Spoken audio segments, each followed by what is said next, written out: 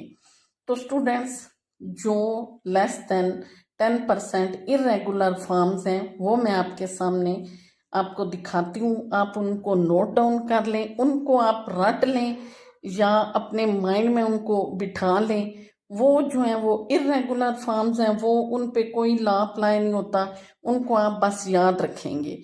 और बाकी जितनी भी फॉर्म्स ऑफ वर्ब हैं वो सब की सब रेगुलर हैं।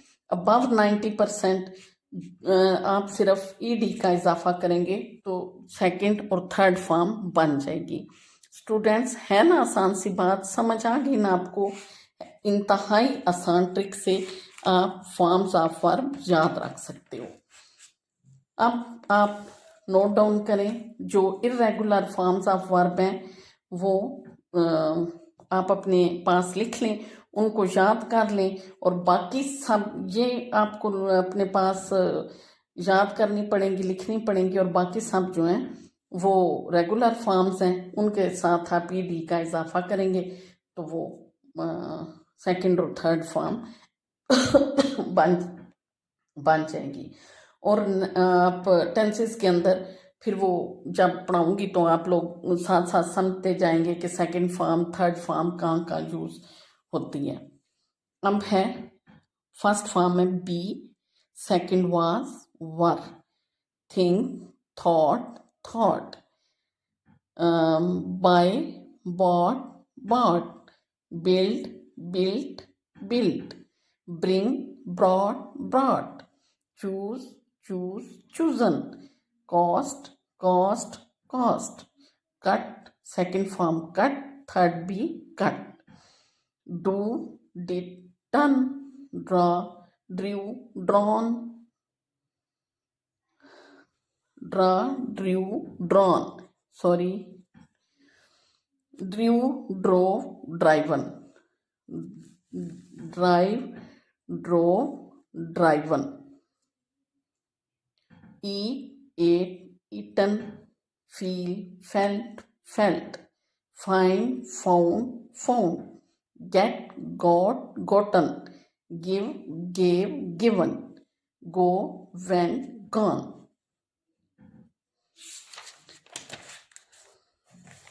Next, first form have, had, hide, hidden, hold, held, keep, kept, lose, lost, meet, met, pay, paid, make, made, know, knew, known,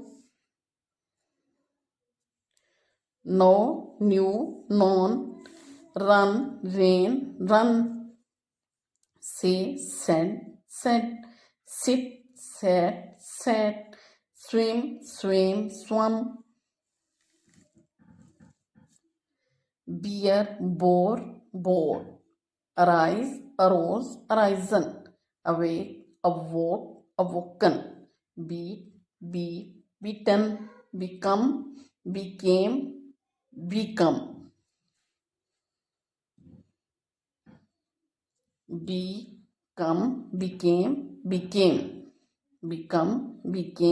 became. Next, speak, spoke, spoken, drink, drunk, fall, fell, fallen, find, found, hear, heard, sit, sat, bite, bitten, bleed, bled, blow, blew, blown.